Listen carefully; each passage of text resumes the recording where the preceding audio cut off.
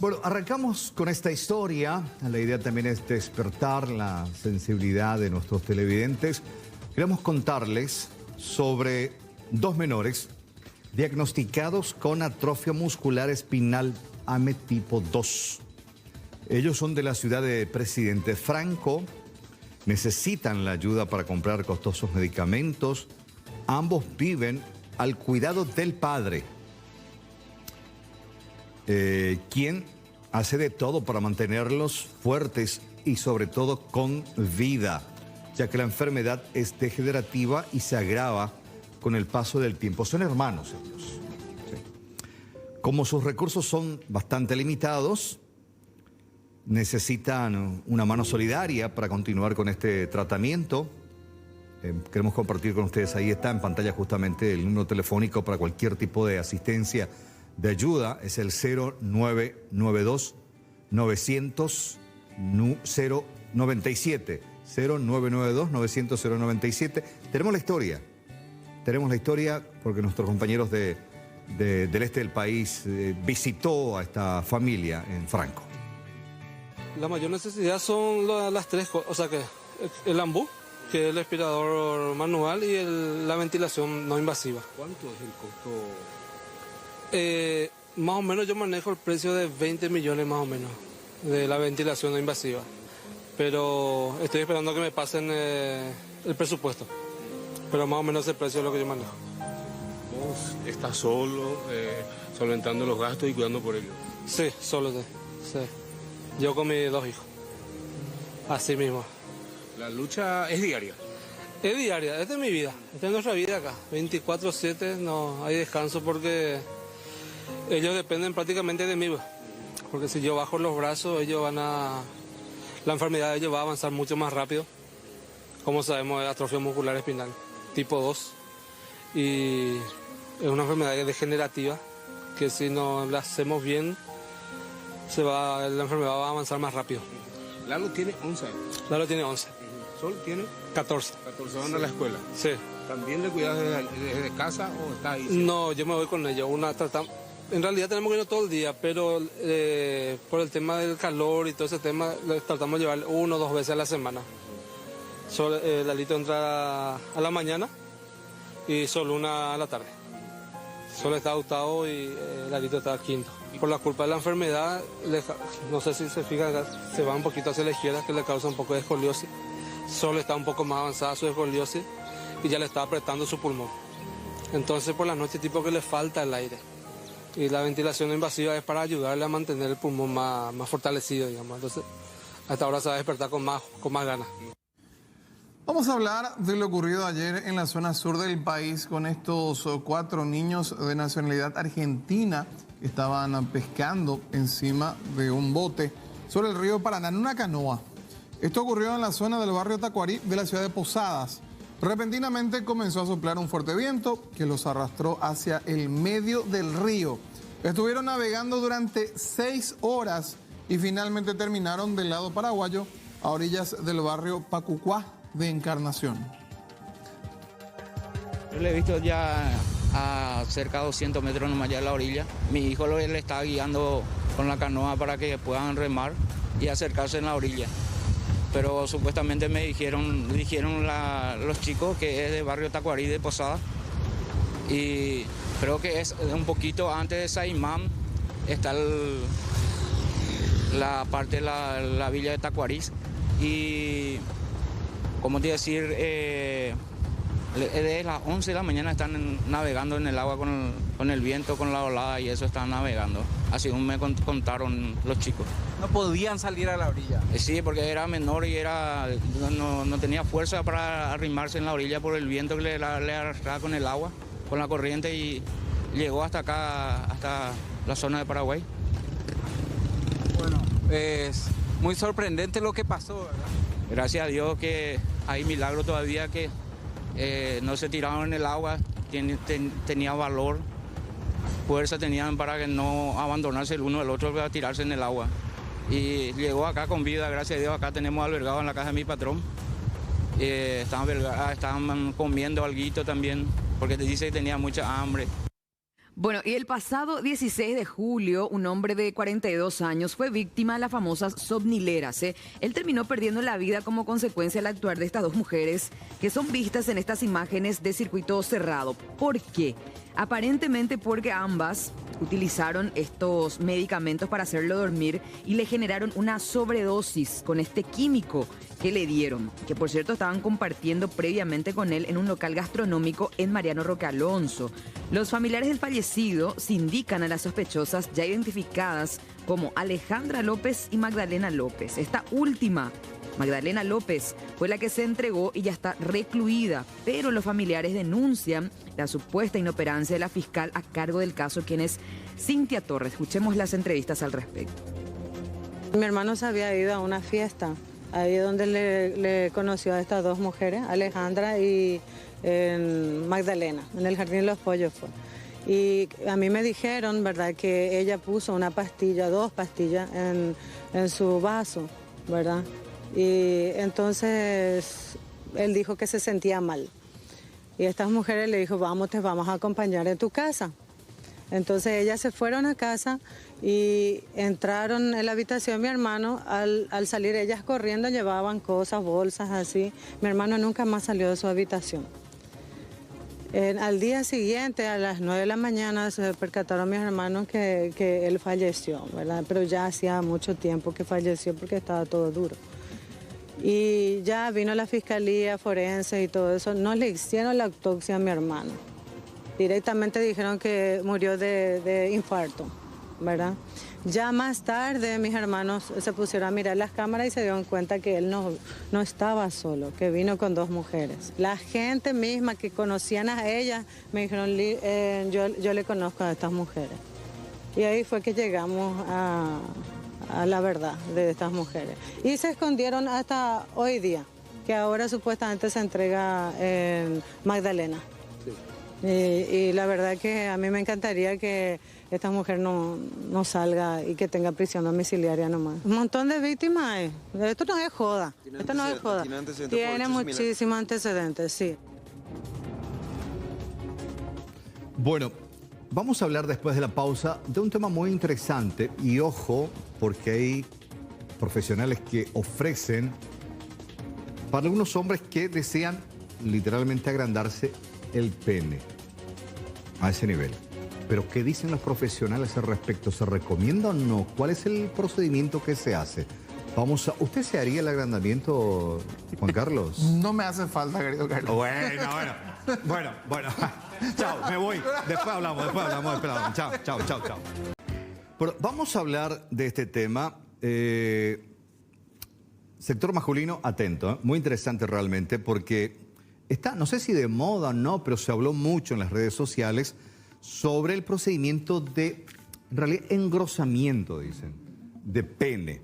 Pero, ¿qué dicen los profesionales urólogos al respecto? Sentido, ¿se puede? ¿Se hace? ¿Y qué consecuencias puede tener? Principalmente si no es un profesional de la salud masculina la que hace. Por otra parte, está surgiendo esta información de que supuestamente están ofreciendo hacer ese procedimiento, pero con ácido hialurónico. ¿Es posible eso o no? Y además, profesionales que no son médicos de esta rama. Exacto. Profesor doctor Luis Cano, ¿cómo te va? Buenas tardes, bienvenido. Buenas tardes, muchas gracias por la invitación. Buenas tardes, Judith, Carlos y Juan Carlos. Estamos para lo que ustedes dispongan para tratar de conversar sobre este tema que está de moda, que es la cirugía para el aumento del tamaño del pene. Bueno, en primer lugar, la primera pregunta, ¿puede ser un profesional que no es especialista en esta rama, urólogo o uróloga, doctor? Bueno, antes que nada le quería decir que estas cirugías de aumento del tamaño del pene, basado en recomendaciones de la literatura mundial, son ineficaces hasta peligrosas. De hecho, deben ser realizados por profesionales urólogos, que somos los médicos encargados de la salud sexual del varón y también de la salud integral del varón. Vuelvo a repetir, no existen recomendaciones en la literatura mundial en lo que se refiere al aumento del tamaño del pene. Lo que sí se hace son procedimientos que mudan la percepción del tamaño del pene. Existen sí cirugías específicas como fracturas de pene, deformaciones del pene, que son cirugías que se realizan con todas las literaturas bien estudiadas y bien recomendadas. Vuelvo a repetir, lo que se está hablando ahora, lo que está volviendo de moda son estrategias para aumentar la circunferencia del pene, no para el aumento del tamaño del pene. O sea que, doctor, ¿usted tiene conocimiento de que hay estéticas que están ofreciendo este procedimiento, pero con el ácido hialurónico? Particularmente es la primera vez que escucho, ¿verdad? No sé si usted también ya tiene conocimiento de eso que está recorriendo. Y sí, realmente, como dije, son estrategias y hacen la gente que se dedican a la parte estética. Particularmente, y como vuelvo a repetir, van a escuchar muchas veces que digo, la literatura mundial no avala, o sea, los avalos a los estudios mundiales no avalan el aumento del tamaño del pene como cirugía, sí como estrategia. Doctor Cano. Siguiendo con el problema que dijimos al comienzo, que pueden ser hasta peligrosas, pueden producir daños irreparables a nivel del pene. Pueden producir necrosis de los cuerpos. El pene en sí está compuesto por dos cuerpos cavernosos que son encargados de la erección cuando hay algún estímulo, ya sea visual, táctil, olfativo, y se llenan de los cuerpos cavernosos, son como unos panales de abejas, se llenan de sangre y se produce la erección. Lo que la gente está proponiendo es, en teoría, un aumento del tamaño del pene. No existe posibilidad de aumentar el tamaño del pene. Es lo mismo que yo tenga 1,70 m y me quieran aumentar el tamaño de mis pies y de mis piernas para ser alto. Es imposible. Doctor, yo había leído que en algunos países se utilizaba silicona para hacer este tipo de procedimientos. ¿Eso es así, doctor? El mentor del aumento del tamaño del pene es el profesor doctor Perito de la Universidad de Miami. Ellos sí hacen, pero lo que ellos hacen es aumentar la percepción del tamaño del pene en estado de flacidez. Tenemos que recordar, el pene tiene un estado de flacidez y un estado de erección. Es el que pregonó este tipo de inyecciones, ya sea con ácido hialurónico o con lo que fuese, es el doctor Perito de la Universidad de Miami. Pero es muy claro el doctor que pregonó esta técnica, que no es para aumentar el tamaño del pene, es para aumentar la circunferencia del tamaño del pene. Ya. Resulta que ahora con... Sí, perdón. No, me quedé nomás con la palabra, porque en la palabra está el secreto de lo que estamos hablando, de la percepción. Claro, la percepción de lo que uno puede ver o notar, por un lado, y por el otro, el tamaño real cuando esos cuerpos cavernosos se llenan de sangre y asume su tamaño real. Ahí está la diferencia, o por lo menos esta publicidad engañosa. Claro. Yo te puedo agrandar el pene. O el tema de la percepción en la cabeza o en esa parte con la aplicación de alguna sustancia. Va por ahí, doctor, ¿verdad? Va por ahí, Carlos. En realidad no sé las aplicaciones de lo que fuesen ácido hialurónico. Quién sabe luego más o menos qué es lo que están inyectando. No podemos ni saber porque no tenemos noticias. Y a nivel mundial sí se dice, como dijo Juan Carlos, se usa el ácido hialurónico, pero eso se aplica en la parte entre la base del pene hasta el glande, está la piel y está lo que se llama el prepucio. La aplicación es subdérmica, vuelvo a insistir, lo que da es una sensación o una percepción de un aumento del diámetro del pene. ¿Y esas inyecciones pueden interferir en la sensibilidad, doctor? Y Se fue el audio. debajo de la...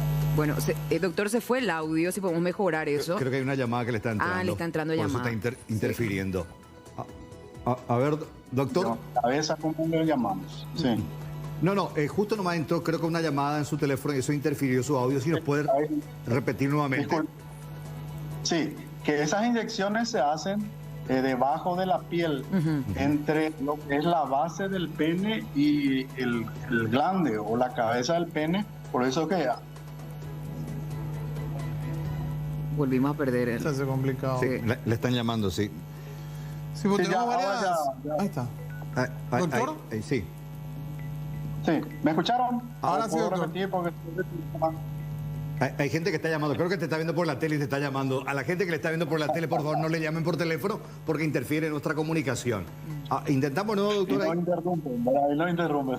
Sí. Bueno, vuelvo a repetir porque entró una llamada. Sí. Las aplicaciones se hacen debajo de la piel, entre el glande, que es la cabeza, y el pubis, que es la parte más anterior, ¿verdad? Sí. Por eso que decimos es una percepción de un falso aumento. Lo que cambia es el diámetro del pene, pero en estado de flacidez. Ya. El tamaño no puede cambiar bajo ningún punto de vista, porque los cuerpos cavernosos son dos cilindros que terminan en la parte anterior y en la posterior. ¿Cómo podríamos aumentar eso? Cortando en la punta de ambos cilindros toda la sangre que viene y produce la erección. Va a ser imposible. Claro. Por eso vuelvo a repetir, no existe literatura mundial que habla sobre el aumento del tamaño del pene. Ahora sí, de la percepción de un pene más grande en estado de flacidez, sí existe. Doctor, una consulta. Muchos pacientes tuyos te piden o te preguntan sobre la posibilidad de agrandarse el pene. Hay varias preguntas, sobre todo la gente joven. Resulta que actualmente con los medios masivos de comunicación, videos, fotos, etcétera, los jóvenes miran y creen que eso es real. Eso no es real, eso es todo montado, es todo ficticio. Es más, existen estudios de pacientes que tienen un pene un poco mayor que lo no. Primero, hablar de normal o anormal es difícil, pero que tienen un tamaño de 14, 16 centímetros en erección, hasta a veces a su propia pareja le produce ciertas molestias, ciertos dolores. Por lo tanto, produce un problema de relacionamiento posterior a las relaciones sexuales y hasta hace que esas relaciones que deberían de ser placenteras, tanto para el hombre como para la mujer, se vuelven un tormento en algunos momentos. Qué bueno que me da pie, doctor, para hacerle esta pregunta y ayúdenme a desmitificar o no esto.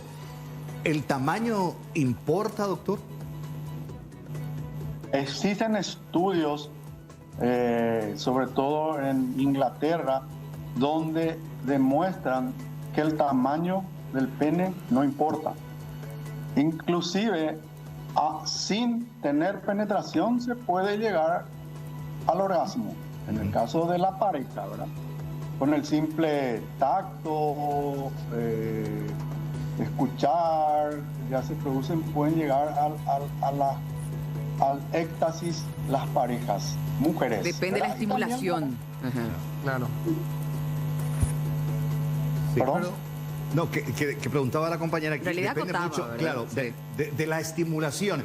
Le pregunto eso porque hay a veces muchos problemas de pareja, precisamente por la falta de información y de recurrir a un profesional, en este caso como usted, de parte de los varones, del coito, de la relación de pareja y de que hay muchas maneras previas precisamente para tener una relación fortalecida en la intimidad que no precisamente tiene que ver sí o sí con la penetración. Totalmente, es así mismo, Carlos, como vos decís. Eso avalan estudios que con la propia sensibilidad, el tacto, conversar, susurrar, escuchar, ahí en el hombre ya en el hombre y en la mujer ya se desencadena esa voluntad o intención de tener un contacto. Pero muchas veces con el propio contacto ya puede llegarse a ciertos orgasmos. Lógicamente no estamos diciendo que se debería suplir una relación sexual con penetración con estos tipos de actitudes que estamos hablando. Lo ideal es tener una penetración y la satisfacción de la pareja, tanto del hombre como de la mujer, porque la relación sexual es entre parejas. Finalmente, doctor, de mi parte por lo menos, volviendo al tema que originó esta entrevista, de lo peligroso que puede resultar este tipo de procedimientos. Decía usted, en el caso extremo está necropsis, pero también puede afectar o dañar esos cuerpos cavernosos que finalmente generan la erección. Puede uno tener todo bien, pero no tener esa reacción por afectar esos cuerpos cavernosos. Asimismo, tenemos en la parte, uno de los factores principales, la erección se produce básicamente por un estímulo, sea visual, táctil, olfatorio. Se llenan los cuerpos cavernosos, se llega a la eyaculación, se abren las compuertas que son las venas y ahí se produce el estado de flacidez. Inclusive en estas inyecciones uno puede hasta sin querer dañar la vena del cuerpo cavernoso y producir lesiones severas. Bueno, doctor, qué interesante realmente esta charla. Totalmente. Educativa, claro, didáctica, principalmente para que la gente, como usted decía, a través de las redes sociales hay tanta información engañosa, los fake news, y que de repente, bueno, puede incluso motivar a una persona a hacer un procedimiento con alguien que no está capacitado y que puede dejarle secuelas de por vida, y peor aún si es joven. Y que te prometen resultados milagrosos a partir de procedimientos que no forman parte de lo que establece, en este caso, la literatura, como está diciendo el doctor, y que es muy importante, una información muy necesaria y que es momento de desmitificar también. Esa es mi duda, doctor Cano. Ustedes desde la Sociedad Paraguaya de Urología denuncian a aquellos profesionales que hacen estos procedimientos o no pueden hacer absolutamente nada. Nosotros como Sociedad Paraguaya de Urología ya unos meses atrás, ya esto ya no es la primera vez que se está hablando, ya quitamos un comunicado exhortando a la población masculina, principalmente a los jóvenes, porque como urólogos también nosotros tenemos la obligación de comunicarle a los jóvenes que la salud sexual masculina comienza ya en la adolescencia.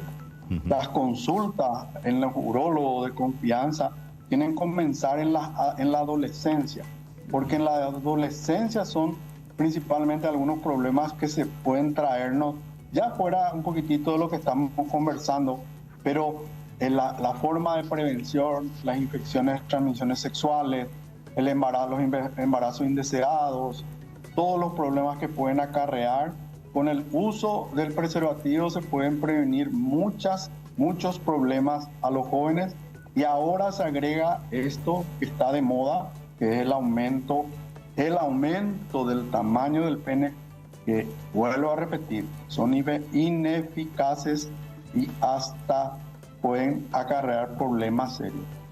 Es importante que los jóvenes acudan a la consulta con el profesional especializado en salud sexual masculina, el urólogo, para quitar todas sus dudas y despejar cualquier problema, o como dijo Judith, para desmistificar toda esta información falsa, porque es una información falsa. Doctor Luis Cano, un placer charlar contigo. Muchas gracias por tu tiempo. Un fuerte abrazo. A ustedes por la invitación. Un abrazo para todos. Gracias. Muchas gracias. Profesor doctor Luis Cano, urólogo del Hospital de Clínica. Qué interesante la charla. Exacto, así que si en las redes sociales les prometen agrandar el pene con estos inyectables, no es recomendable por los profesionales en el área. No, aparte que perfecto, todo imagínate bien. Que genera necropsis, dijo, ¿verdad? Sí, claro, y que solamente sirve para la percepción en estado de flacidez. O sea que erecto queda igual. No, claro. No sirve de nada. No, ahí está. Bueno, ya venimos.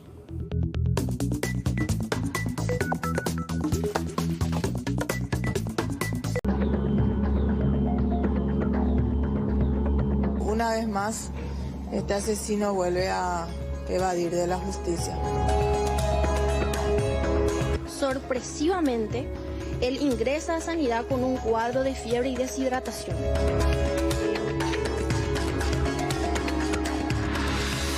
¿Por qué hay que tener tanta contemplación por él?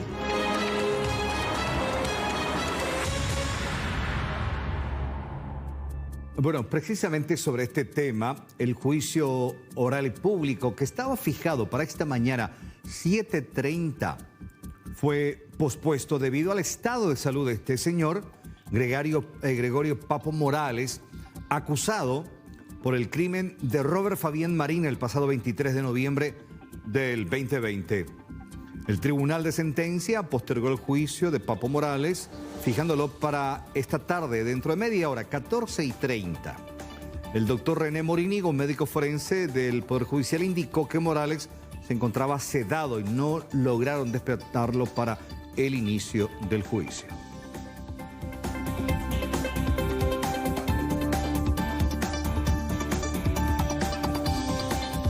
Propuesto para las 2:30 de la tarde. Nos hemos constituido con el Tribunal de Sentencia, con el representante del Ministerio Público y con los defensores técnicos del acusado, y yo al menos pude constatar desde un nivel profesional, abogada pero no médico, que es inhumano las condiciones en las que estaba, en el sentido de que no puede ser que una situación normal de una persona que esté durmiendo. En este sentido, esta representante ha solicitado, ustedes escucharon, que se remita un informe detallado de la penitenciaría de Tacumbú.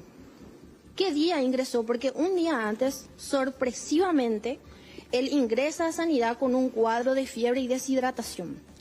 Posteriormente, claro, se tiene que indicar dentro del informe detallado de qué médico le atendió, cuáles fueron los suministros aplicados a él para que esté en estas condiciones.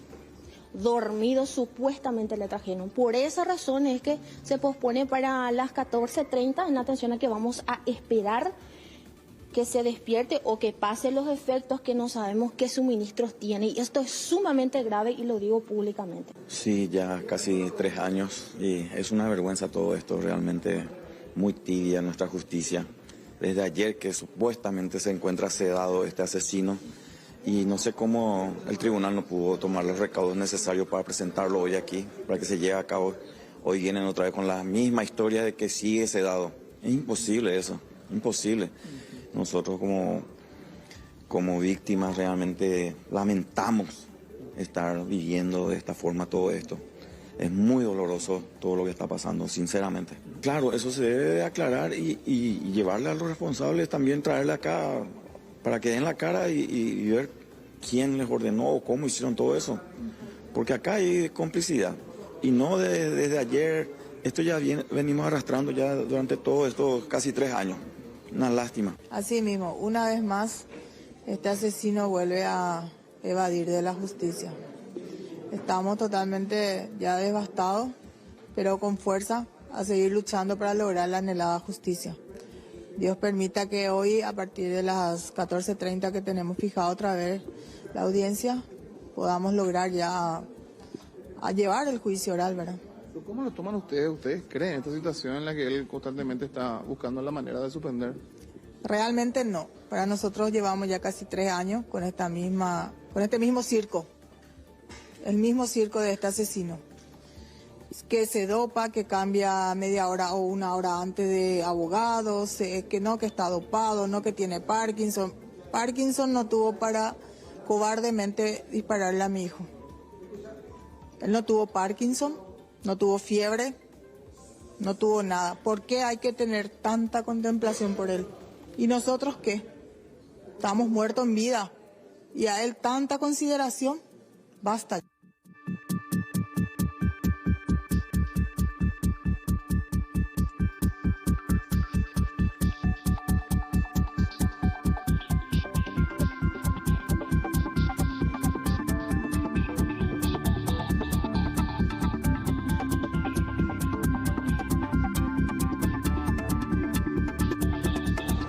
Bueno, y hablemos de este caso que generó mucha conmoción en la ciudad de Coronel Oviedo en las últimas horas. Tiene que ver con el asesinato de un joven trabajador de 29 años Gustavo Benítez, ingeniero industrial, que fue asesinado en el interior de su propio domicilio por parte de delincuentes que ingresaron a su casa con la intención de robo. Manejaban la información que él tenía una importante suma de dinero, supuestamente producto de la venta de su vehículo, y es por eso que llegaron a la casa.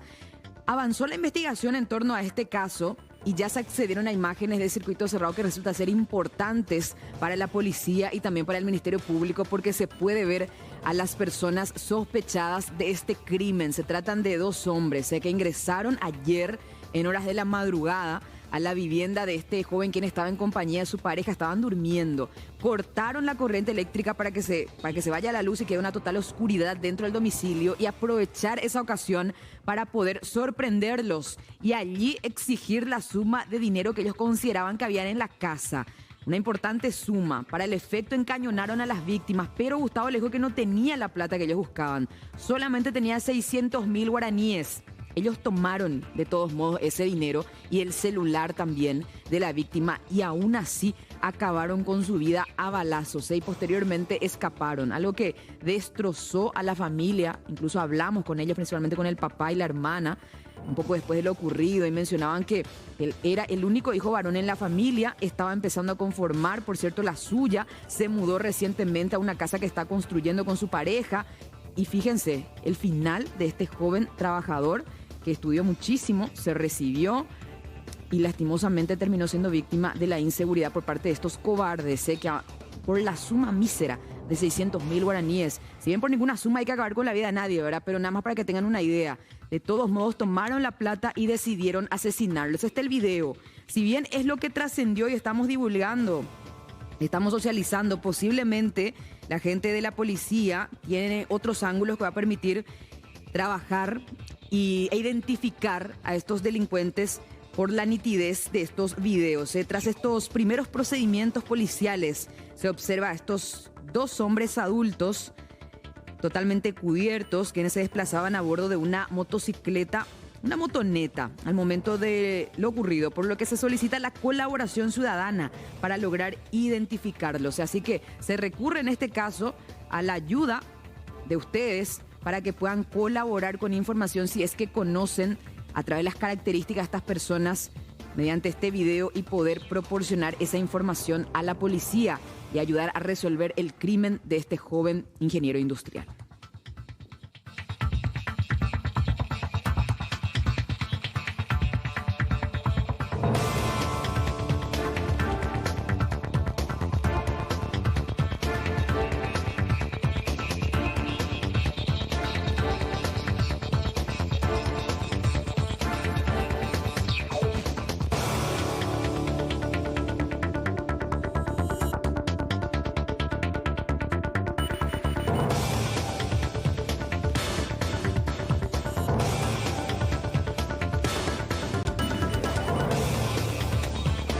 A continuación les presentamos un compacto de las noticias más importantes del ámbito local.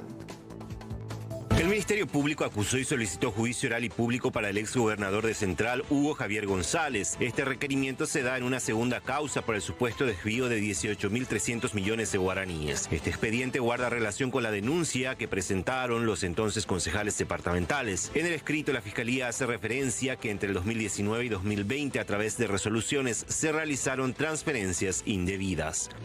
En la primera semana de consultas nocturnas en el Instituto de Previsión Social, 712 pacientes recibieron atención médica. No obstante, desde la previsional lamentaron que muchos no comparecieron para su cita. 3 de cada 10 asegurados no se presentaron e impidieron que otros pacientes pudieran hacerlo. De momento, la única especialidad ofrecida es la de clínica médica y es la más demandada por los asegurados. Hasta las 16 de este miércoles está habilitada la Costanera Sur para la circulación de vehículos dentro de un plan provisorio que entró en vigencia el sábado último. El recorrido se puede realizar desde la avenida Colón hasta Coronel Abraham Schweitzer y viceversa. Bueno, 21 minutos de las 14, y antes de seguir con más información, servicio a la comunidad. Queremos devolver esta billetera, por supuesto con los documentos que son bastante difíciles, puede otra vez de tramitar, a la señora, creo que es de la señora Zoila Guillén de Guillén, ¿verdad? Porque también está acá la cédula, la cédula de su pareja, fíjense, de ambos.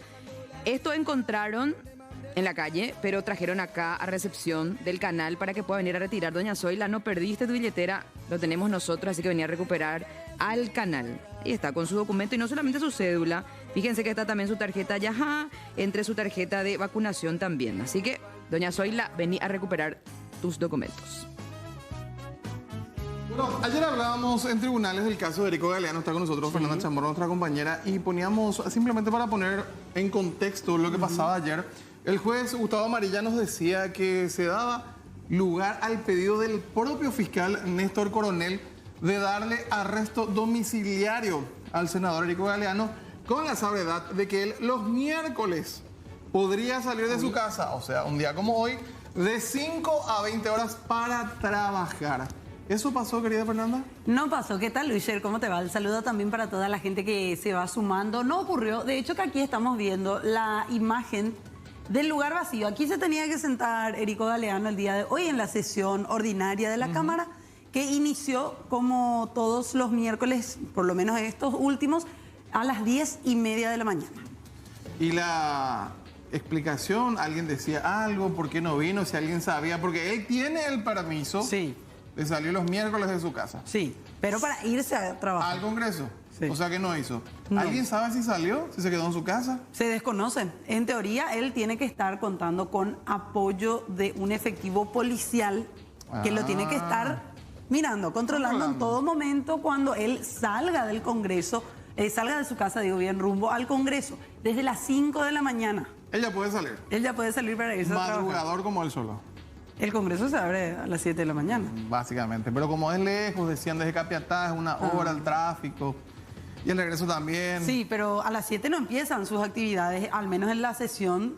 Hay algunas escasas comisiones que trabajan horas antes de la sesión y después a las 10:30 recién inicia ese trabajo del congresista. En fin, hoy no apareció, se desconocen los motivos. Lo cierto y concreto es que estuvo hablando el presidente del Congreso, Silvio Velar, sobre cuál sería el mecanismo en el caso de que eventualmente él hubiera aparecido hoy o en las próximas sesiones. ¿Escuchamos? Dale. Galeano, una vez que esté en el recinto, yo creo que no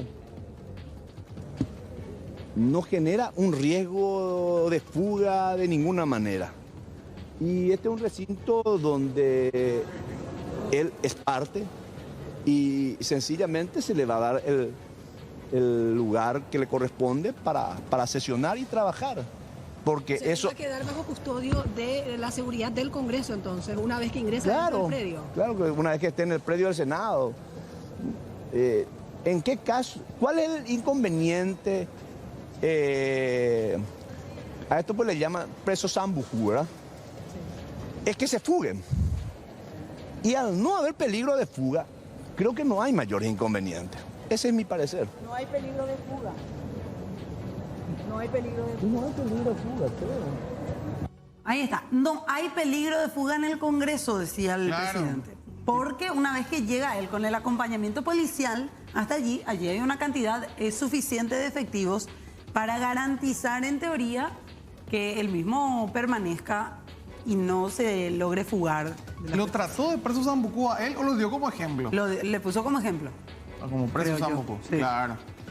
Bueno. Porque al fin y al cabo él tiene esa posibilidad de estar arrestado y igual salir. Sí. En fin, bueno, tiene arresto domiciliario a causa de esta decisión que fue tomada por el fiscal Néstor Coronel, como decías. Por el juez Gustavo Amarilla. Por el juez, claro, pero teniendo en cuenta el propio pedido de la Fiscalía, de este fiscal que intervino provisoriamente ante la recusación de los fiscales principales, que son Silvio Corbetta y Denis Yumpac, una situación que fue bastante criticada y cuestionada. También el día de hoy algunos senadores estuvieron hablando. Celeste Amarilla ponía un poquito en contraposición lo ocurrido en su momento con Ulises Quintana. Que igual fue preso. Escuchemos la explicación que daba. Y para ella dice también que hay peligro de fuga en realidad con Erico Galeano. Y encima él llega tarde acá siempre. No sé por qué va a salir tan temprano. La verdad que es un beneficio que le están dando irregularmente, seguramente por su calidad de colorado y de parlamentario colorado, haciendo incluso una diferencia con Ulises Quintana, que tenía el mismo problema que él.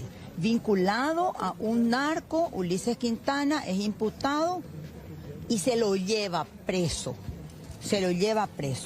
Él pide permiso en la Cámara de Diputados para irse preso, luego vuelve y cumple la medida alternativa.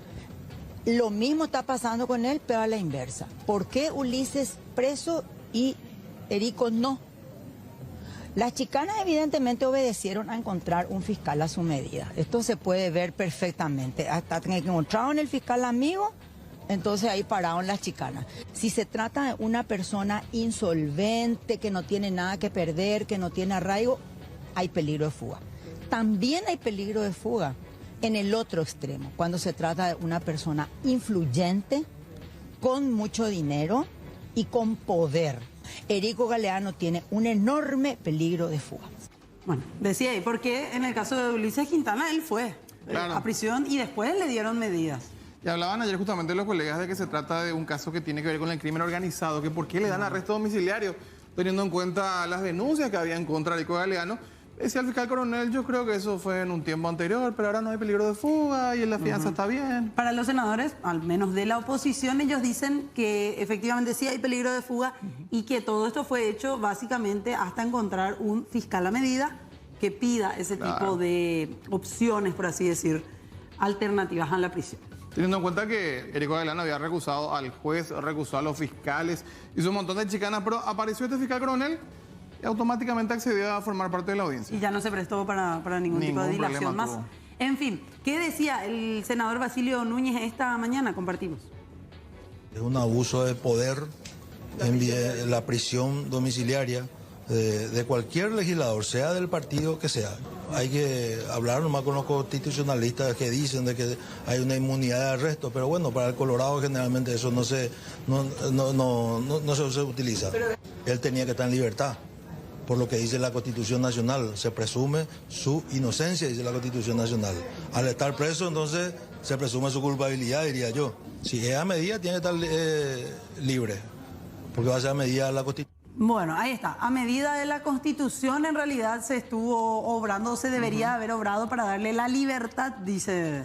Y fue el pedido inicial de la defensa, que él sea de algún modo investigado con libertad ambulatoria. Finalmente no se accedió a eso, pero igual, hay que reiterar, los miércoles, hoy él puede estar ahora mismo en la calle. Sí, tranquilamente, hasta las 20 horas. O sea, en realidad debería estar en su lugar de trabajo, en el Congreso. Sí, vamos a ir por los controles verdaderos que debe hacer el efectivo policial abocado a justamente verificar que él esté cumpliendo con su medida. Vamos a ver. De 5 de la mañana a 8 de la noche solo los miércoles. Ahora, por ejemplo, en teoría ya no debería luego de estar en ningún otro lugar que no sea su domicilio fijado porque la sesión se levantó. Y bueno, pero el día igual hasta las 20. Hay que ver cómo cumple. Fernanda, muchísimas gracias. Gracias. Vamos a un pequeño corte comercial, en instantes más información. Ya nos acompaña Jorge Escurra desde Tribunales. Jorge, adelante. Muchas gracias, Carlos. Y tenemos que informar acerca de esta nueva suspensión del juicio oral y público de Gregorio Papo Morales, que tenía que desarrollarse a esta hora aquí en la sala de juicios orales número 1 del Palacio de Justicia. No sé si estoy equivocado, compañeros, si me pueden corregir, pero creo que es la cuarta vez, tengo entendido por lo menos en cuanto a los datos que estamos teniendo, que se suspende este juicio oral desde que se empezó. Porque ya la semana pasada se había suspendido por ya los motivos que ya se dieron a conocer en torno a en contra de los jueces, y luego el día de ayer por supuesta sedación, hoy por temas de salud a la mañana, y ahora por cuarta vez, una vez más por causas de salud, alega la defensa.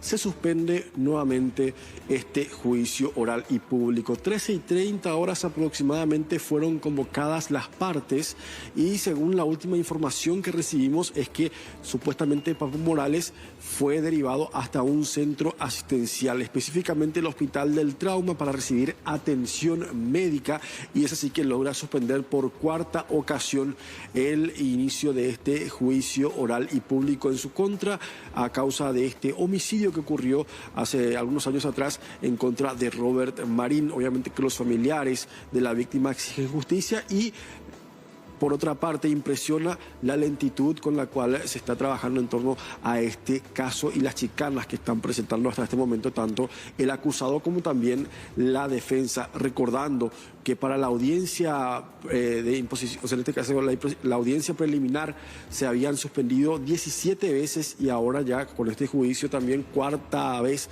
de suspensión. Prácticamente podríamos llamar que es un experto en cuanto a chicanas ante un caso tan grave como el homicidio de un joven que, recordemos, incluso todo el Paraguay, todo el país vio aquel hecho sangriento en que falleciera el joven Robert Marín. Imágenes de circuito cerrado mostraron ese momento y hasta este momento no se puede desarrollar este juicio en contra del principal acusado.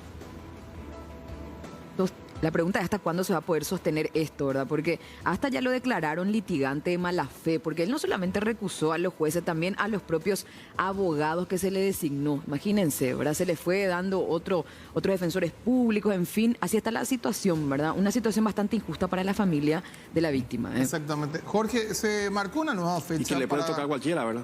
¿Se marcó una nueva fecha para la prosecución del juicio?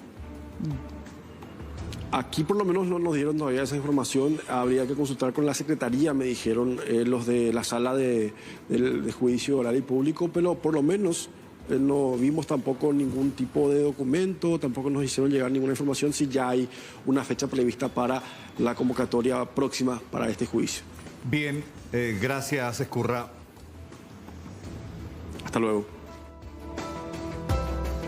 Alexis Aveiro nos acompaña con esta información. Fuga de preso, Alexis, adelante. Carlos, rápidamente les voy a mostrar el lugar por donde lo hizo. Y estamos hablando de la evasión de una PPL, una persona privada de su libertad. Y lo hizo por este túnel hasta luego ganar un poco más angosto y salir hacia una de las tantas proyectadas, 28, 30 aproximadamente. 32 me dicen acá.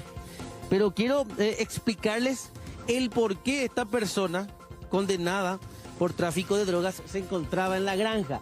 Y hay que entender el siguiente detalle. La gente que viene a la granja es por buena conducta y la gente que viene a la granja por lo general es aquella que está por compurgar su pena y por buen comportamiento precisamente se mantiene en un régimen de semilibertad, en un régimen abierto, le dicen, y es esto que ustedes podrán observar, que es básicamente como le llaman una granja. Gracias, director. Javier. Ahí está el director que me ayuda a salir. Solo para mostrarles el lugar preciso por donde lo hice, porque venía corriendo. Y también se da la siguiente situación. Las personas privadas de su libertad que están permaneciendo en este sitio no están bajo el acoso permanente, digamos, por usar un término de los centinelas o los agentes penitenciarios, porque evidentemente se presume que no intentarán evadirse. Ahora, explíquenos, director Javier Segovia Garay, qué fue lo que pasó y bueno, ya también contextualizaba el motivo por el cual no hay mucho control, una forma de decir acá dentro de la granja. Sí, exactamente, eso se debe al régimen penitenciario en el cual estamos en la granja penitenciaria. Justamente las personas que están acá son personas privadas de libertad condenadas ya con un comportamiento calificado como muy bueno dentro del régimen cerrado. Son las que tienen ese privilegio de venir acá por una orden del juzgado que entienda su causa, ¿verdad? No es que ustedes los eligen, o sea, eso el juzgado evidentemente va determinando. El juzgado es quien elige, quien va determinando eso de acuerdo al pedido y a los requisitos que deben cumplir ellos según el Código de Ejecución Penal. En realidad el régimen es semiabierto y de semilibertad. En ese sentido, ellos ya no están bajo un control muy estricto, no tienen celdas con barrotes, sino tienen módulos habitacionales, tienen su habitación propia y están obligados a trabajar. En ese contexto, esta persona que se evadió, que se fugó de acá, le quedaba ya como 8 meses nomás de condena, estaba por compurar en fecha 15 de junio del 2024. Sí, el régimen nos obliga a nosotros como funcionarios a informar sobre su comportamiento, su conducta, su adaptación a las reglas, lo cual esta persona no estaba cumpliendo a cabalidad, lo cual fue informado a su juzgado de ejecución penal, de donde salió una orden para regresar al régimen cerrado, en este caso a la penitenciaría industrial Esperanza era la orden, solo acá al lado. Esa era la orden, la cual nos dispusimos a cumplir. Y teniendo en cuenta, como le dije, el régimen, nosotros no tenemos autorización de portar armas, no tenemos las medidas de seguridad, como ustedes viendo, como una cárcel cerrada. Entonces, esta persona logró evadirse, ya se vio el lugar, existen las posibilidades, ¿verdad? En ese sentido, él tomó la decisión sabiendo que iba a ser trasladado y se fugó. Se fugó porque se portó mal e iba a ir nuevamente a otro sector en donde no tienen este régimen. Así mismo. Esa es la realidad, ¿verdad? Tomó la decisión en un momento de desesperación, entiendo, no querer volver al régimen cerrado.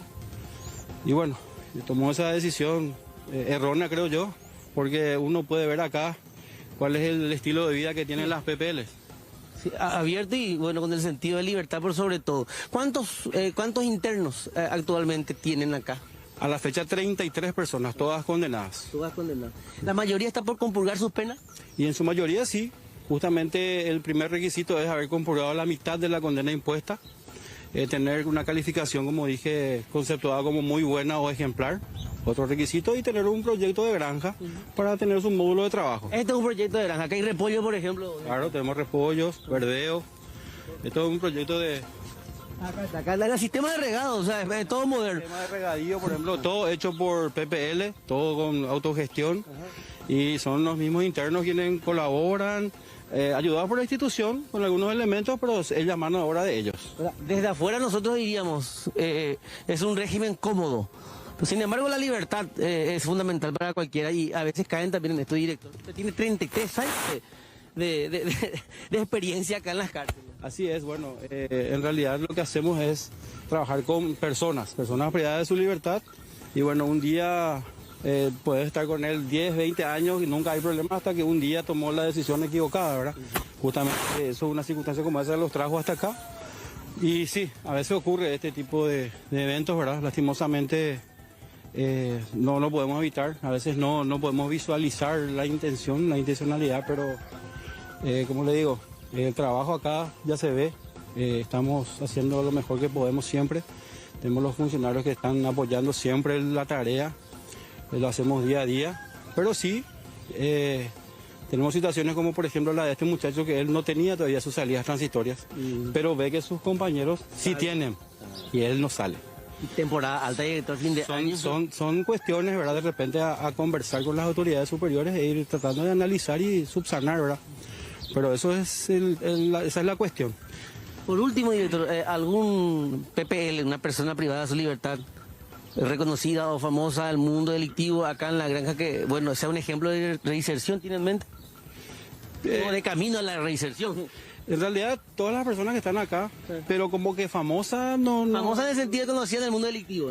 Yo, la verdad que no tenemos permitido hablar sobre su vida anterior. Sí, ya lo que está haciendo hoy, eso sí, podemos mostrar, ver. Tenemos gente que está por condenada por robo agravado. Tenemos un hermoso taller mecánico, por ejemplo, esta persona trabaja muchísimo, gana su dinero, con eso lo ayudamos con eso. Y la mayoría de las personas, tenemos un herrero que está haciendo los trabajos hermosos, que de repente un paneo podemos hacer un poquito, unos sillones, pero tampoco podemos hablar mucho de lo que es su vida anterior, ¿verdad? No es nuestra... Lo que importa es el presente. Lo que importa es el presente. Y lo que hace para reinsertarse. Así mismo. Gracias, director. Muy amable. Y didáctica por sobre todo Carlos, Judith, Juan Carlos, la charla, porque conocemos un poco más. O sea, la noticia evidentemente nos llega como que un reo escapa de la cárcel. Y sí, efectivamente se trata de eso. Pero hay que tener en cuenta también algunos elementos para que ese reo llegue a esta zona, que es un nivel en el cual está muy próximo a su libertad. Y uno presume, que estando tan cerca de recuperar la libertad, no escaparía. Pero bueno, la cárcel le cambia tanto a los agentes penitenciarios como a los propios delincuentes, y el testimonio de eso recién nos daba el director. Claro, porque ir a la granja es como ya una oportunidad previa a la libertad, claro, ¿verdad? Sí. Es como un premio por una especie de buena conducta. Cuando estás ya por salir, inclusive tenés varios beneficios de ir a estudiar, te esperan, ya no es más... Ya no es como estar en la celda, ¿verdad? Claro. Ahí estás como si fuera que está en el patio de tu casa, en fin, pero haciendo ciertos trabajos como esto que estamos viendo, ¿verdad? Sí. Alexis, nada más para reiterar, ¿no sabes la condena? ¿Por qué estaba condenado este preso? Te mostraba nomás uno de los trabajos. David Diosnel Álvarez, tráfico de drogas. Ajá, ok. Y robo agravado. Esa es la condena de 6 años. ¿Cuánto le faltaba para recuperar su libertad? Pero también... El fecha 15 de junio del 2024 es su fecha de compurgamiento, de acuerdo al cómputo hecho por el juzgado que tiene su causa. No, poquito le faltaba. Cuestión de meses. Qué pena. ¿Y qué pasa ahora? ¿Se le tiene que recapturar para cumplir ¿Comienza eso? un nuevo proceso a partir Sí, de ahora? es interesante eso, ¿verdad? La consulta yo le hacía hace rato y él me decía, bueno, una vez recapturado, o sea, no hay condena para el reo que se fuga. No existe una condena para el interno que se fuga por las legislaciones vigentes. Solamente a la fecha del informe que nosotros hicimos sobre la fuga, se suspende la ejecución de la condena y el día que sea recapturado se vuelve a ejecutar, comienza a cumplir la condena hasta el tiempo que le faltaba. Lo que le faltaba a partir del día en que sea reinserto. Así mismo, ese es el tiempo que va a tener que compurgar. Otra sanción no existe, excepto la pérdida de los beneficios que tenía por estar acá. Se le saca la confianza de la granja, ¿verdad? Claro. Vos sabés que la libertad va a es volver una... si empieza a portarse bien y hace el proceso de nuevo. Mientras tanto Claro. tendrá que permanecer cuando lo recapturen en el penal está como un poco más arriba. De hecho, la libertad es algo inherente al propio ser humano, es un derecho humano que uno tiene. Cuando la sociedad, a través de sus sistemas jurídicos, lo priva, pero igual uno tiene derecho a la libertad. Por eso justamente no hay proceso penal al respecto, simplemente se suspende ese proceso de condena hasta tanto él vuelva. Porque uno, estando preso igual, uno tiene, y es algo inherente al ser humano, como la vida propia, la libertad. Por eso, interesante. O sea, en todo caso le conviene a él volver por sus propios medios y compurgar toda la pena, ya que le faltan pocos meses. Claro, y a lo que voy es que no hay una condena, no es que vamos a sumarle otra condena por haberse O un fugado. proceso, porque ¿verdad? es algo inherente al propio ser humano. Se entiende, la se libertad. entiende. Ahora, ¿qué es lo que hacen ahí? Alexis, estaba mostrando vos recién. Interesante también, en los trabajos. Sí, a mí lo que me impresiona, evidentemente, hablando de este régimen y que hay gente que labura acá para reinsertarse a la sociedad, estas parrillas y este fogón, este es el que más me gusta, como se puede hacer. Una especie de cocina para asado en bopí, para cocinar sopa chipaguazú, o sea, tiene multifunción. ¿Cómo era ese? Mira, es más. La cabeza de la vaca se hace debajo de la tierra, se puede hacer en este también. Sí. Mira, o sea, lo que voy descubriendo nomás. Tenemos un tajamar donde crían tilapias. Mira. Mira un poco. De todo un poco, ¿eh? Hay que aprovechar cuando entramos a la cárcel, ¿verdad? En el buen sentido de la palabra. Entonces...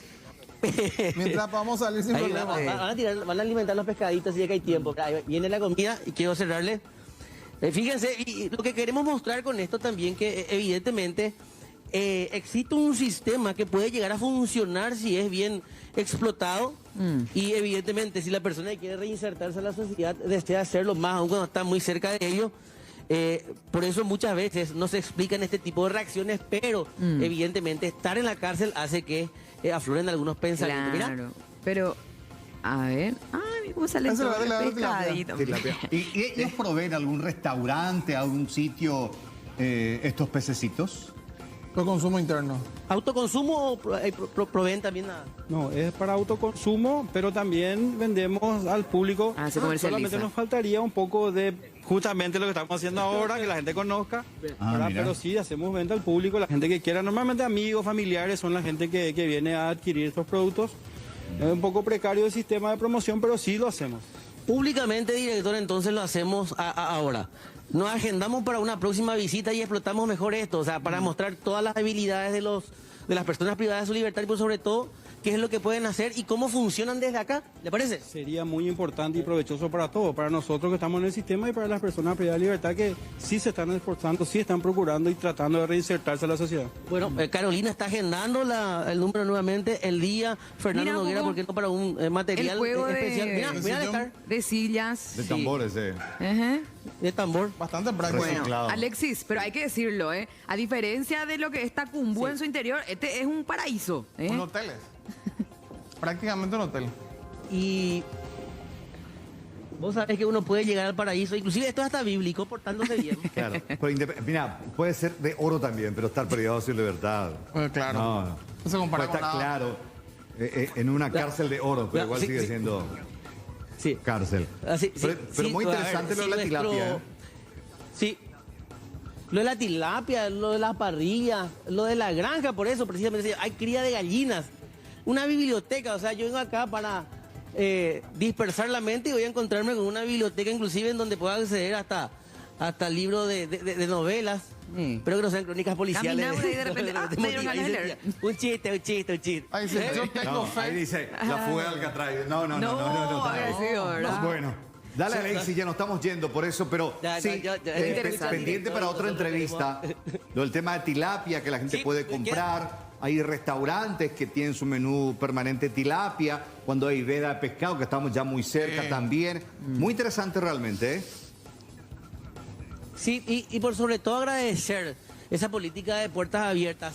No siempre ingresamos a este lugar o podemos o tenemos la oportunidad de mostrar lugares que realmente, y vuelvo a lo inicial, pueden servirles a compatriotas para reinsertarse a la sociedad. Uno va a aprender o aprende a hacer parrillas, a cultivar peces, a criar gallinas y hasta a tener su propia huerta en la casa. Mira, para muy cocinar, interesante el sistema. Sí, no, para cocinar ahí con el fuego. Herrería, de todo. La olla, esa olla de hierro. Bastante limpio, por lo que se ve, ¿verdad? Y un contacto con la naturaleza también. Bueno. Un abrazo, Alexis. Dale, será hasta la próxima. Chao. Gracias. Está Alexis entusiasmada ahí en la granja. Sí, con la tilapia. Muy interesante. Sí. Y con la tilapia. Muchas novedades. Sí. Hola, Rolo. ¿Cómo te va? Vamos. Me río porque ahí la olla y nani, agua no hierve. Qué mal. No, pero ellos no fabrican ahí. No, yo sé, a mí me encanta el trabajo. No, las Charamoa nomás te digo. No sé. En ese podemos hacer tal cosa. Agua no hierve. El verdadero. No. Se le quema la leche. No, el agua se le quema. Bueno, bromeando chiquitito, va a ponerle onda en este miércoles gris. Ahora vamos entrando a territorio tarde noticias. ¿Qué tenemos para hoy, Rode? Vamos a ver esta tarde si se define el tema, porque fueron días de manifestaciones del tema de la equiparación salarial que se está solicitando, y esta tarde podría haber una respuesta. Vamos a ver si es que finalmente se destraba este conflicto. Sé que mucha gente está pendiente de esto y de alguna manera también termina parando las actividades. Ahí por un lado el tema de la UNA, por el otro lado está el sector salud también. Y vamos a ver cómo se desarrolla. Esta tarde podría haber novedades. Qué interesante. Vamos a estar muy pendientes. Así es. Nos vamos, chicos. Bueno, hasta mañana. Chao.